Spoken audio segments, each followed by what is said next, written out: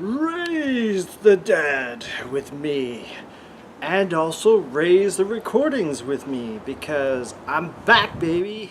It's 2025. I'm still alive. I'm doing well. I hope you're doing well. Merry Christmas. Hope you had a happy Halloween. I think I missed Halloween. Maybe not. And I hope you've had a great new year. My new year, it's been a really good new year compared to last year, let's just say. So anyways, I'm raising the undead, and I have an Undead Horde, and this makes me happy, or so it seems. So it's an action RPG adventure. You're a necromancer and you raise the dead to form an army. Makes sense. The game has that polygonal Unity look that was like super popular 3 to 5 years ago, I think under COVID mostly, and now you never see it pretty much, because I think it was overdone and not fun. So, and yeah, so I feel like this look looks dated now. We're in 2025. Let's move on to a different style, which seems to be like the classic shaded animated look. So it's an interesting concept. It just feels very grindy, slow, and in my opinion, boring. Like, some people are saying that they beat this game. I was like, okay, cool, you know, for you guys.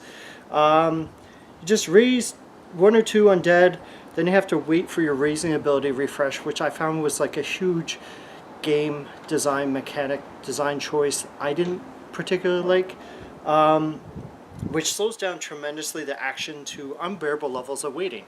And unbearable levels of waiting, you know what? That doesn't work with video games, because gamers generally, their attention span, not that much, non-existent. So it's a lighthearted game, doesn't require a huge investment, it really feels like a casual title to play. You know, if you're really bored, you have nothing else, you've played everything, you're bored of everything else.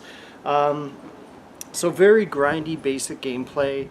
You summon a horde, you fight enemies, then you die, then you summon, you know, horde, fight enemies, die, you destroy the occasional building, then back to summon a horde, etc. So the simple gameplay mechanics, I feel like it's its own undoing. Ultimately, the game feels shallow. Your involvement's very distant. Like, you're not in the action like, say, Diablo 4. You're sort of like, I'm setting this up, and you guys can go do stuff. I'll do the boring parts. Don't mind me.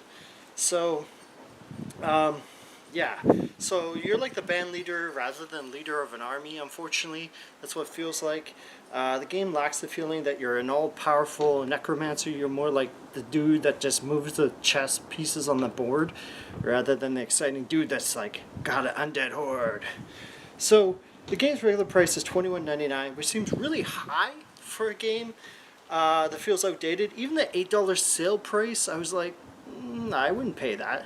Apparently I did, sadly. But just seems really high for a game that could be an elaborate demo or slightly better than a demo. I'd give it a 5 out of 10, honestly. Like, it's not a horrible game.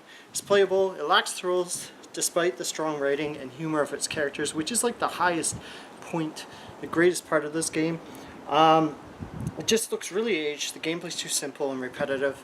So if you want to unleash the horde, maybe do a different horde, because this one, it's kind of boring to unleash this horde. So keep on gaming.